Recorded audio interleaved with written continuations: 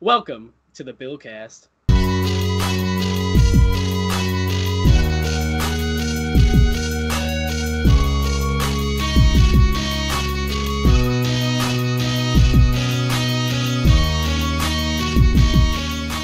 I'm Chris.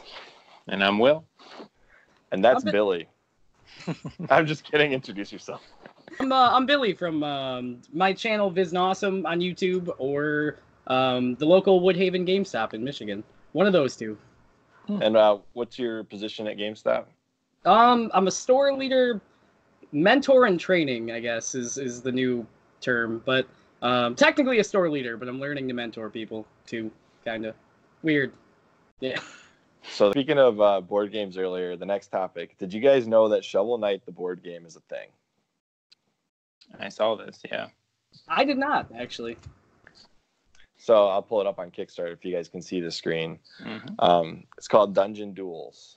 And actually, it looks like they tried this twice, and it looks like it might have failed the first time, but it definitely has passed this time. I see you already played. Or no, I'm sorry. No, I'm not pledged. I take that back. They're still missing $2,000. But they got 18 days. They'll get there. What game have you not pledged to on Kickstarter, man? I don't pledge to a lot of games. I've only pledged 4, and 2 of them were for the same game. That's not that many.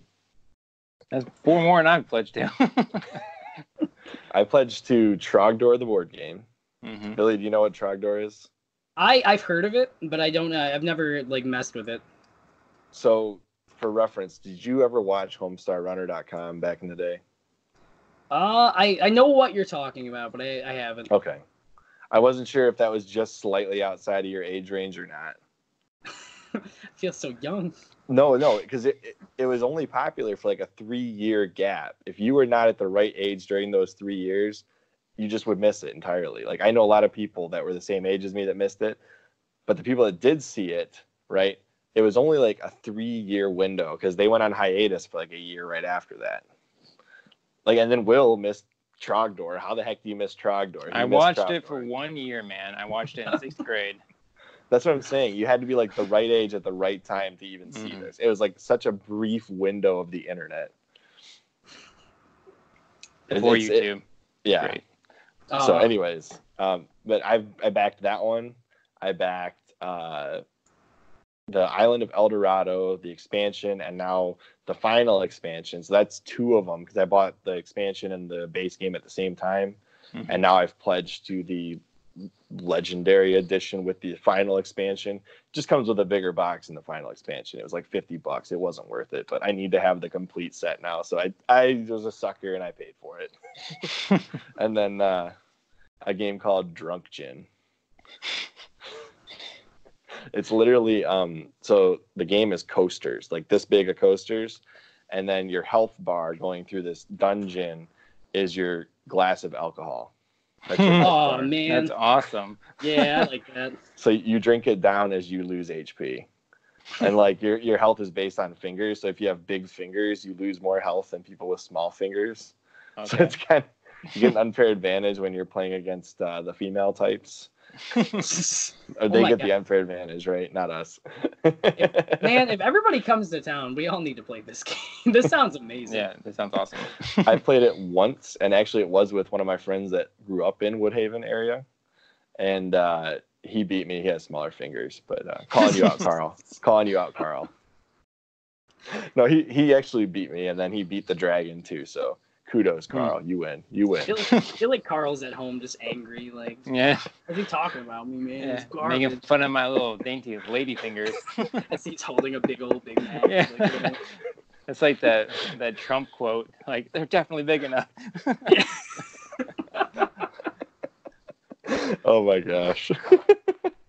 Anyway, so I think it's cool when they bring board games, video games and board games together. You know, like that Dark Souls thing, that was kind of cool.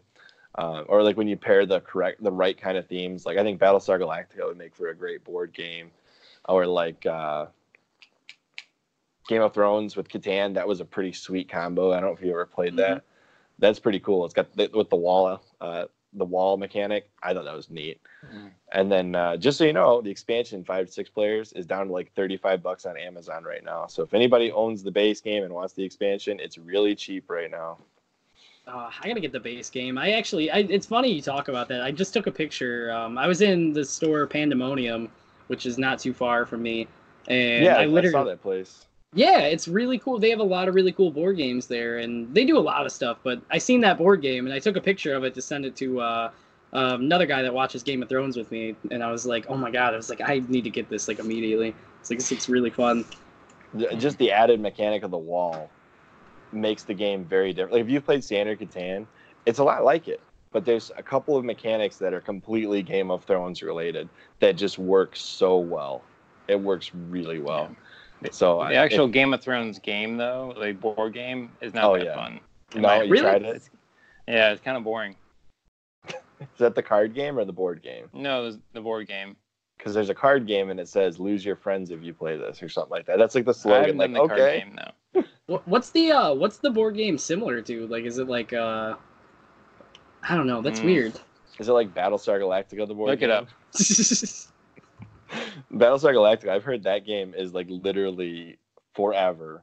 The War of the Ring game is amazing. Everybody is upset by the end of it. Oh, okay, I hear. No, War of the Ring. I hear that's really cool too. I've never messed it. There's a lot of board games that are on this list of like things I want to do. Like we just bought a giant game table for our living room just to do this stuff. But, is that it, Will? The one I just showed you? The one you just clicked on, yeah.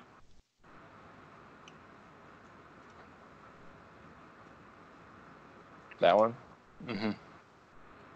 I played it with my board game group, and then I was really happy that I did because I was about to buy it, and I didn't like it at all, so.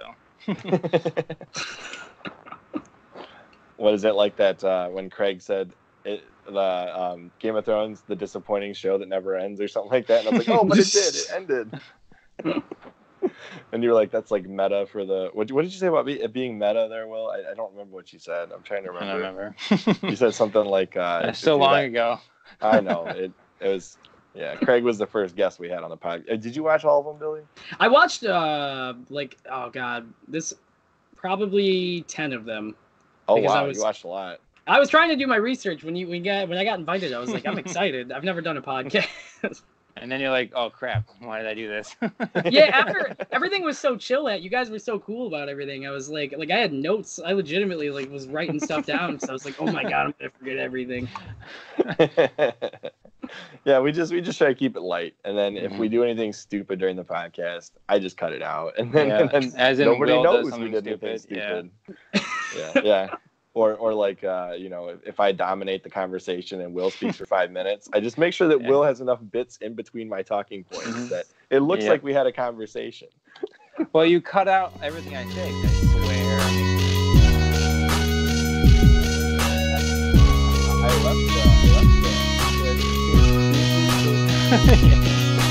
So you say nothing. I left the let's get physical. Yeah, you did. I couldn't help myself. I was like, this is awesome that Will's saying this. I just left it in the podcast. It's like, nope. Oh my gosh. So anyways, speaking of board games, so Starfarers of Catan, that's my favorite board game I've ever played in my life.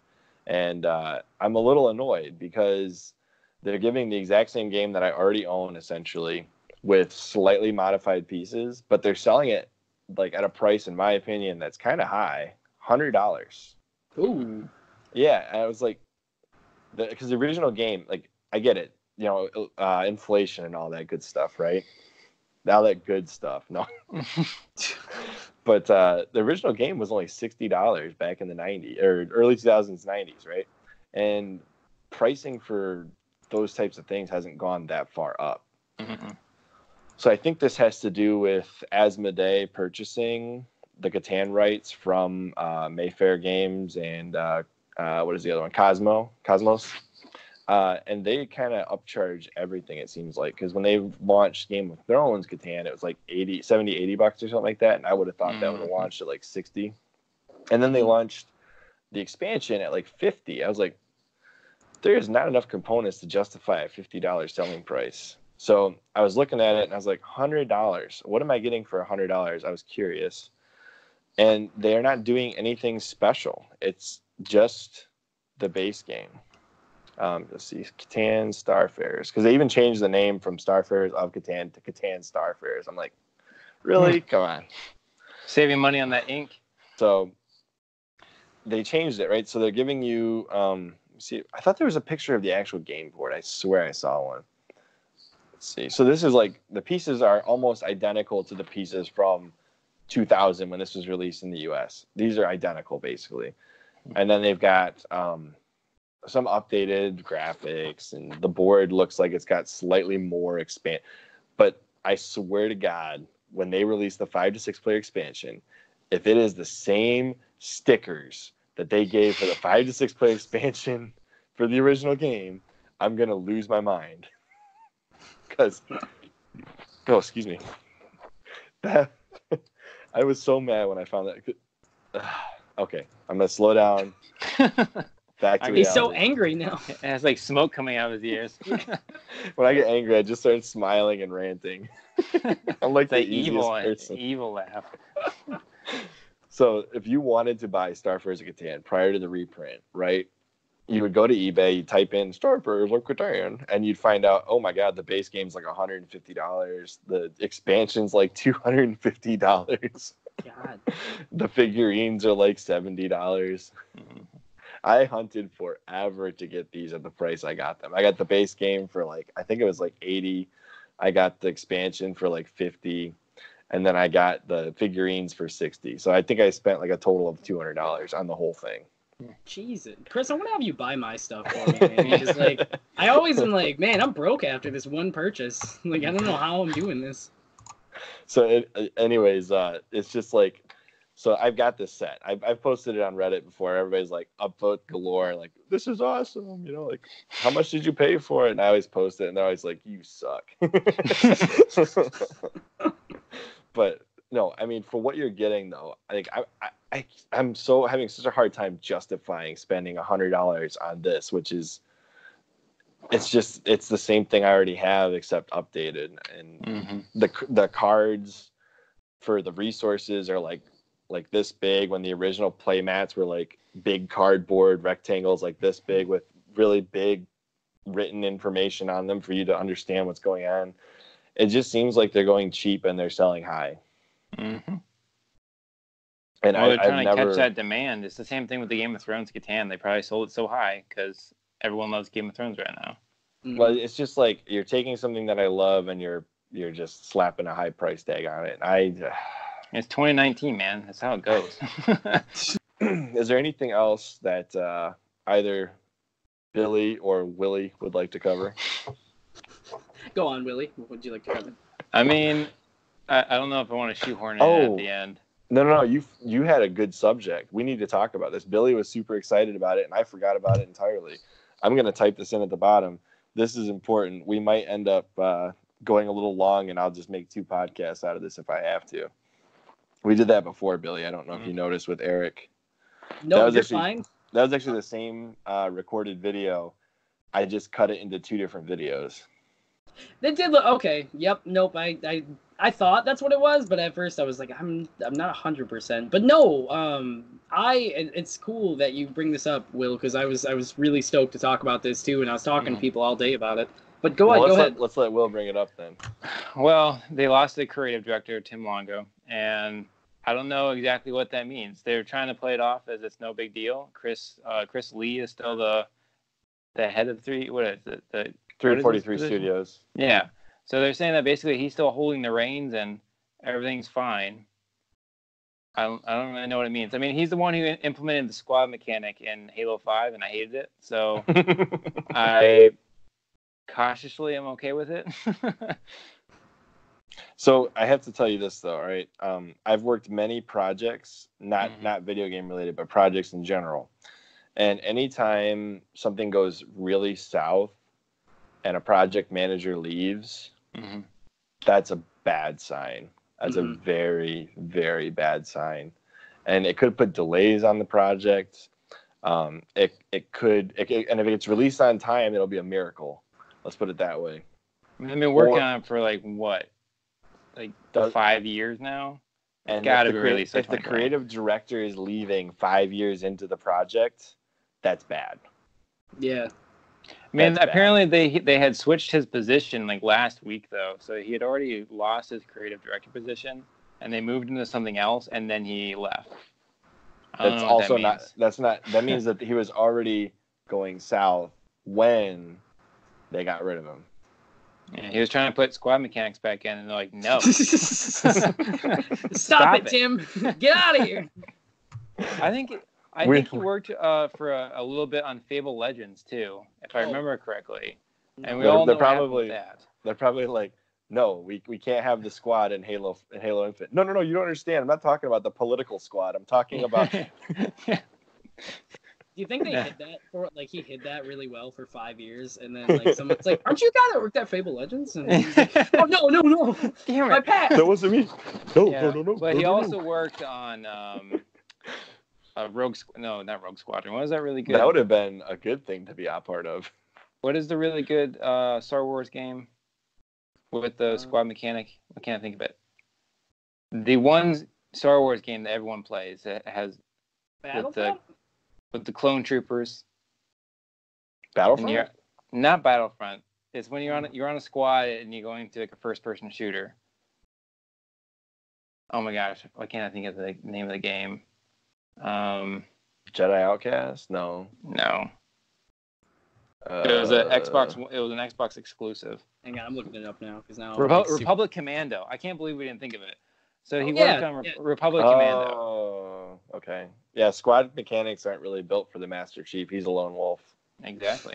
Unless you play couch co-op, and then there's 4 lone wolves all playing together. I mean, that didn't factor into Halo 5, though. Right, there was no couch co-op. Oh my. Did you guys I don't know if you guys looked at my channel at all, but I posted me and Lindsay, my fiance, which I keep saying that just to like because I now know. I'm getting married in one month, so I gotta lose that. But but we went to the Halo Outpost Discovery, which is like and it's like a big theme park. I'm not gonna say that. It's a big Comic-Con. It's a big theme park. I said that when I first bought the tickets back in February because I was like, yeah, like everyone's gonna think this is awesome. And then like the more I read into it, I'm like, oh, I should really like edit that post. And then but then like, so I bought the tickets, and then like this was like maybe 2 weeks ago. We went down there, and 343 was down there. This is why I wanted to talk about this because I was really like as soon as I heard you guys wanted to bring this up, I was like, oh my god, I have so much to add to this. So we bought VIP tickets. So what that means is like you essentially get time with 343. Ooh, and, like, that's cool. Yeah, so like we were in the VIP room playing with 343. Well, I wasn't. I didn't get to play because the VIPs that made it there before me were already like on the systems and like sitting. But I did get to talk to some of the people from 343 while I was there. Didn't catch names. They all had blue shirts. But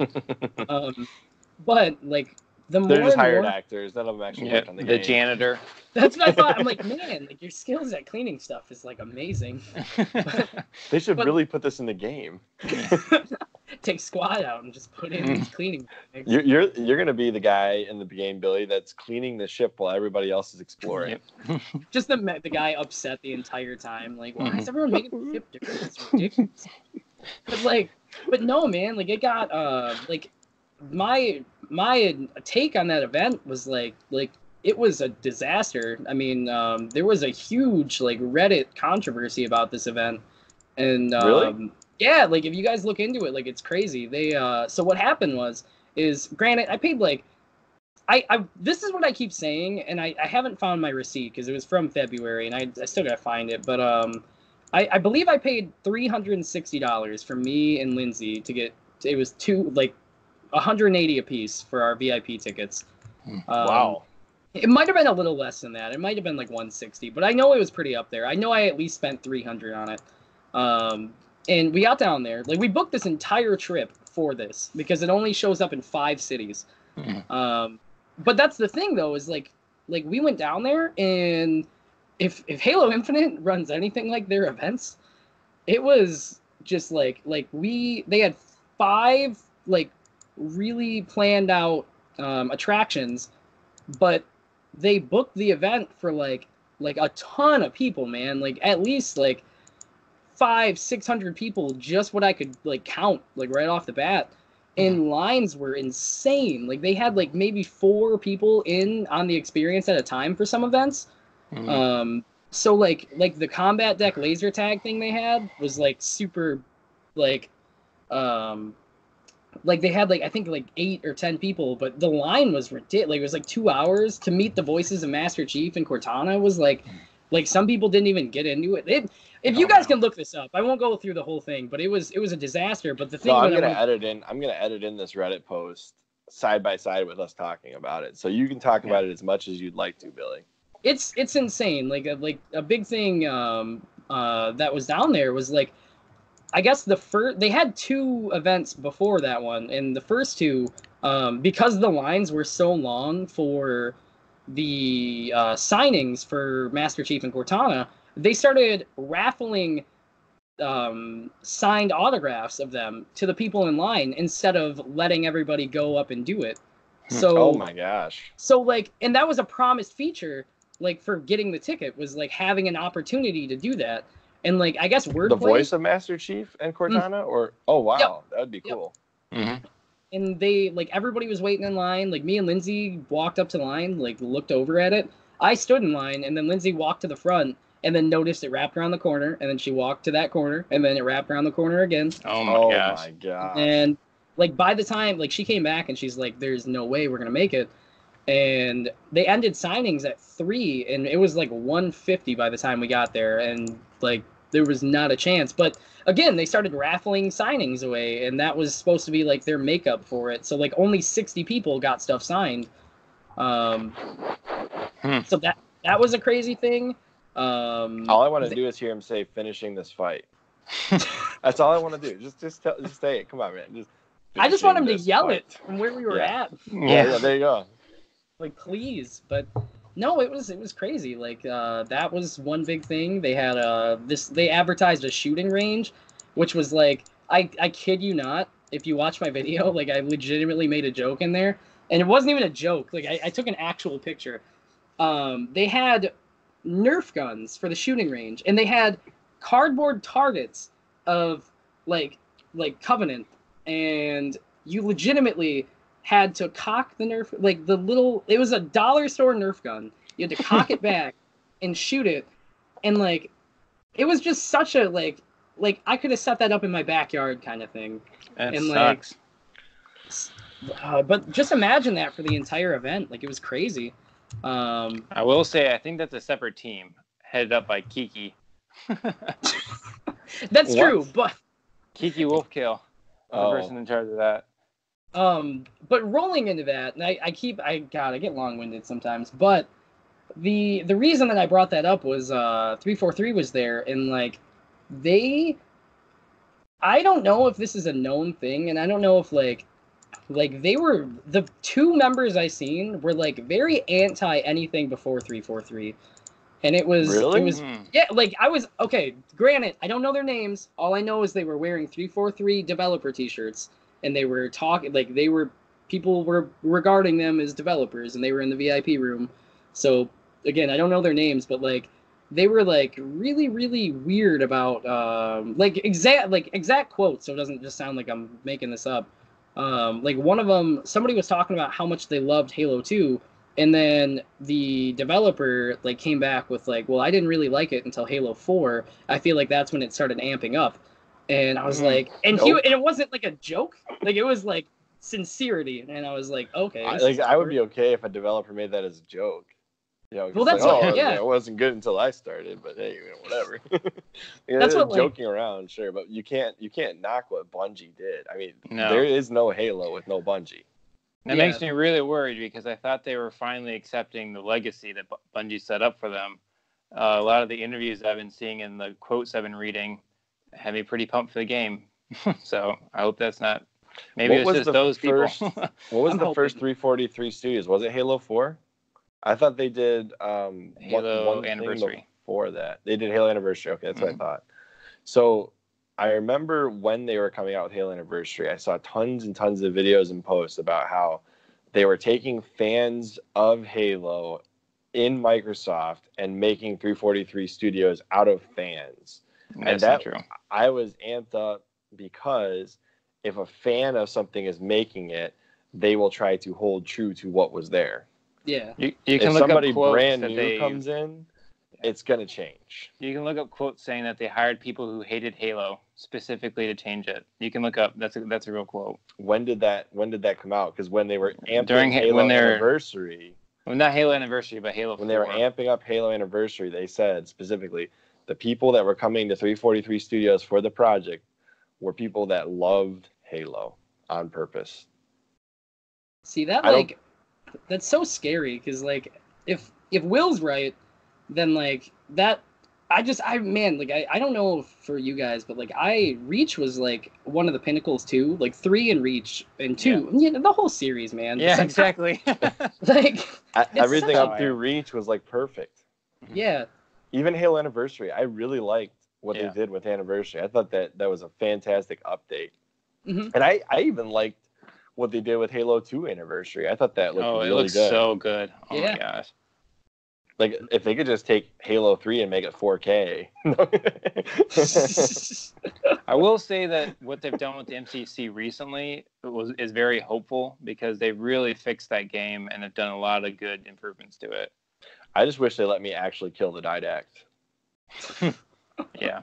So doing like the Call of Duty crawl and put the grenade in his chest. Yeah. That was so dumb. I was so disappointed. I was like, what is this? But he's not actually dead. Right? That's true. They kill him off in the comic. Yeah. Yeah, I'm like, why didn't they let me start the next game killing the Didact and then continue on with the actual because story? Of the backlash from that Didact. No one liked him, so they're like, well, let's throw everything out and make whatever Halo 5 was. Yeah, but I would rather have a continuous villain than what Halo 5 was. I was so disappointed with Halo 5. Like the lead up, the trailers looked so good. I know. You're going after Master Chief. He's the bad guy now. I was like, my god! I was the Hunted Truth one was the Hunted Truth thing was so good. Like we could probably do a whole video on Halo. Oh man, they amp up really well, man. Like, yeah, they do. It's so cool, and like I mean, there's so much fuel for the fire. Like it's so easy to get like wrapped up in it because God, I mean, I don't remember a time where like Halo wasn't around in my life. It's crazy. when Halo, so I don't know if I should tell this story or not. Okay, my first experience with Halo, right, was not Halo 1. It was Halo 2. All right, I played Halo 1 after the fact, but I played Halo 2 first. Okay. So Will, don't give me crap. I did see the original trailer, whatever. Anyways, my sister had bought it for the Xbox.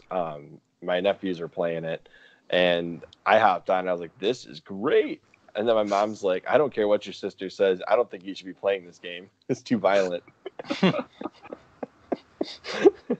It's like, okay, Mom, whatever you say. And then I just kept playing it. Yep. Just throw a grenade at her and just like be like, listen, she's the Didact. Put the grenade in there. Crawl into the recliner and just blow everything up. Draw the comic book that kills the Didact. No, I was watching, what was it? Hidden Xperia talked about, or had a link to an affiliate video of somebody else who actually explained the comic where the Didact died. I was like, this is disappointing. Like, why is this a comic? Like, where's the lore? And then actually Halo 5 is supposed to continue after the Didact died, but they don't ever explain it. Like, at least give me an intro video. There's a continuation here that some people care about, and those are the hardcore fans that are going to buy your stinky Halo 5 product. The people that care about the story are going to buy it. Yeah. Well, this next game will be the first one I don't pre-order. So, other than Halo 1, because I didn't know pre-orders existed at that point. But you're pre-order through GameStop, right, Will? Oh yeah. That's the only game store that I go to. So like, I'm going to be so sad if that game store goes under. You and me both, man. You and me both. Yeah, then awesome. Was it Awesome Chris? No, it's Chris the Great. Chris the Great.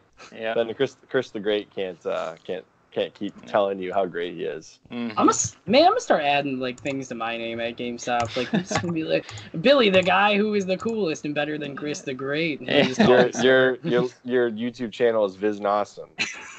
I'm gonna add that. You already do that. I'm gonna change. I'm gonna put like my name tag on and then just add like Just gonna little say Billy parentheses. VISNAWesome. Yeah.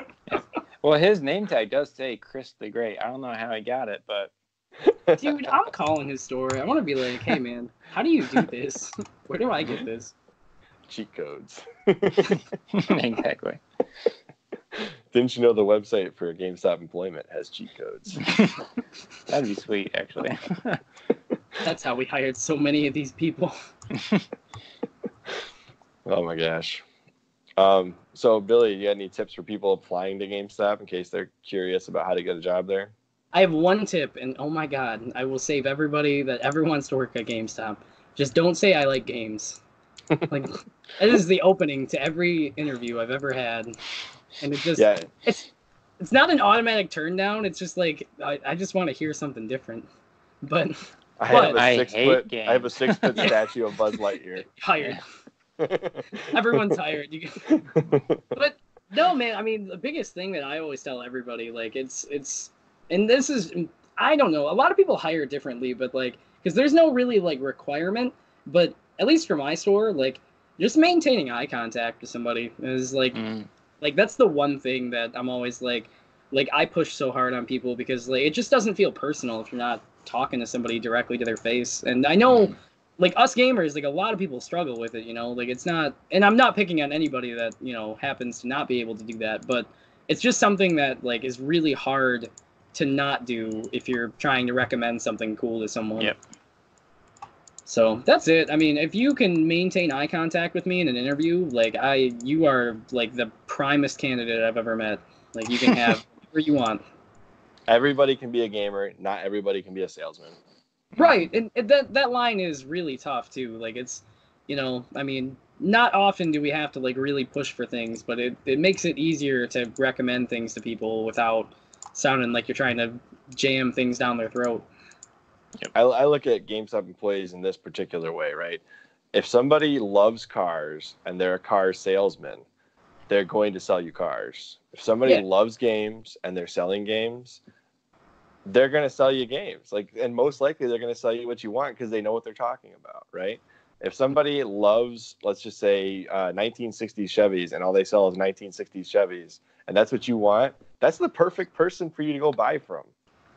So, like, if somebody is in the store knows Persona and Fire Emblem, I'm automatically going to ask them their opinion of Fire Emblem and Persona and see if I want to buy the new version, which I'm going to do anyways, which Will knows. I'm just going to buy it whether I like it or not because it's Persona or Fire Emblem. But I'm just an anomaly, so... And that's, man, like that's the atmosphere too, and that's what I love. Like it kills me because like, you know, at one point GameStop was, and it's not even one point. I mean, everybody has their own opinion of GameStop, but I think a true GameStop and the ones that are the most successful are the ones that where you can mix the line between like somebody that can be a good salesman, but at the same time be so passionate about what they love that it doesn't feel like you're selling anything to somebody. It just feels like you're recommending something to a friend. Right. Yeah, true. Well, if anybody goes to Billy's store, I highly recommend him as somebody to talk to. So. Well, I love games, man. I talk too much, but... And if somebody can help him out, getting him a Path of Radiance case and cover art, that'd be great. Please, God, I will give you anything. Anything. I'll start unbuttoning. No. He'll get you the Master Chief saying, finishing this fight. Signed, too. Signed. The signed audio file. Out of all 60 of them. Yeah, he'll get you that rocket ship from Catan Starfarers. Oh, God. Hey, come on, man. It's $101 for that. Gotta make some profit. Yeah. Oh, man. Or he'll get you a vinyl of the Chief just saying things. This is a record? Classic? What is it? Killtacular. That's not him. I know it isn't. I want to know who that guy is. Actually, that would be the autograph I want. I want the guy that does all of the Killtacular, double kill. Dude, I would have stood in his line if they would have gave me the option. Oh my god, I want to know who did those because it was like always the same same voice in every. It seemed like it was the same voice in every Halo. Yeah, except for Halo 5. Well, forget. I don't even count that. It's Palmer. Ah. What was the one where if you got a bunch of people with the sticky grenade? What was that called? I know what you're talking about. I can't think of it. It was like the funniest thing that I ever heard the guy say on the game. What? I can't think of it. And there's like Killtrocity, and then there's like From the Grave. Oh yeah, right. Killing from the grave. That made me feel like such a good person after that. Like I was always like, I at least did one thing before I died. Yeah, like if I threw a sticky into a bunch of people and then I died, it's like always I got like 3 kills from the grave. I think one time I got a triple kill from the grave. Nice. I felt really awesome after that. One of these times we're talking about Halo, Will, I'll get my friend who has no business podcasting on the podcast just to talk about Halo. He had he figured out early on in Halo 3 that if you screwed up too much in Halo 3, you could never get rank 50 ever. It would never happen. The amount of wins you would have to get there was just so staggeringly high, you would never get there. All right, because the Halo 3 was actually based on skill. You would start at 0 and you'd win a few games, go up, and then when you start losing, your rank would plateau. It would actually go down in Halo 2. It can go down in Halo 2, Halo 3 as well. But your highest rank, your number would go down, but your rank, it would tell you what your highest rank was at some point in time, I think. I don't 100% remember, but your rank would go down. So the more games you would lose, the harder stuck you were, right? Mm-hmm. Like to climb out of that pit of losses would take you forever. So he created so he had his main account, and he created his I'm gonna get to 50 account, and he climbed to 50 so fast playing Lone Wolves. I can't even tell you. It was like 1 week he was low. He was he topped. He is extremely good at shooters. Like probably top 1% of everybody I've ever met. Like Fortnite, he's in the top, and then he got amazing at League of Legends when that was like the biggest thing ever. He was like top 1% in that. There's specific games that he just like hones in on, and he's the best of everybody I've ever met. Like Halo, when he was in Modern Warfare 2, when they had the nukes, he would get 25 kills like it was nobody's business, and he got like 150 nukes throughout the Modern Warfare 2 time frame. Like he just ended every capture the flag game with a nuke. Like everybody's like going after the flag, and he's just like killing people. Nuke, game over. Everybody's like, this isn't even the point of capture the flag. Why are you doing this? Well, he captured it in one way, I guess. It was always funny to me because I was just watching. I was like a silent observer of this because I was in his party chat, and he's just laughing the whole time. He's like, watch this. Just like nuke comes out of this guy. It was like, you didn't even capture the flag. How did you win? It was the ultimate defense. He destroyed everything.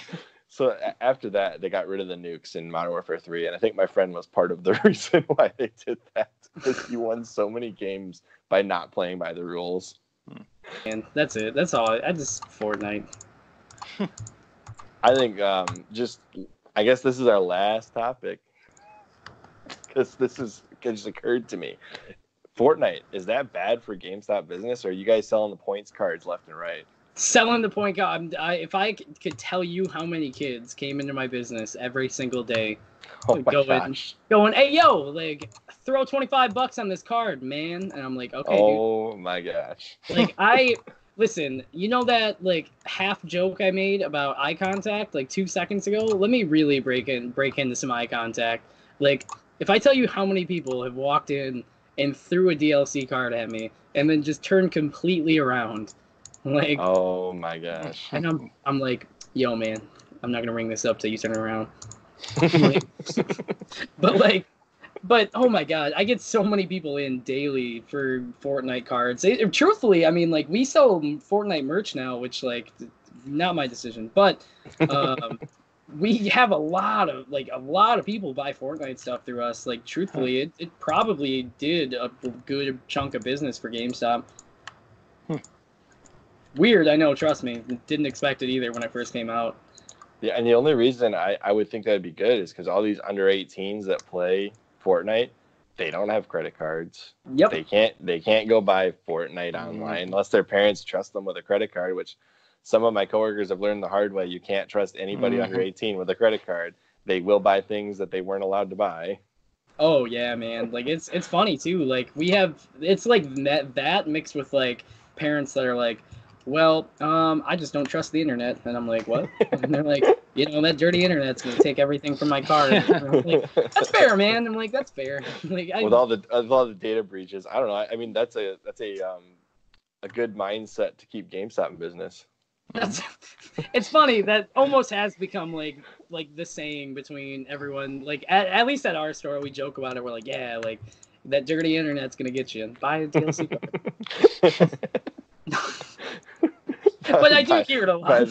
Buy this code from us because it's going to download to your system. But don't trust the internet. Dirty internet thieves. Wow. Buy it. That's going to be the quote of the podcast.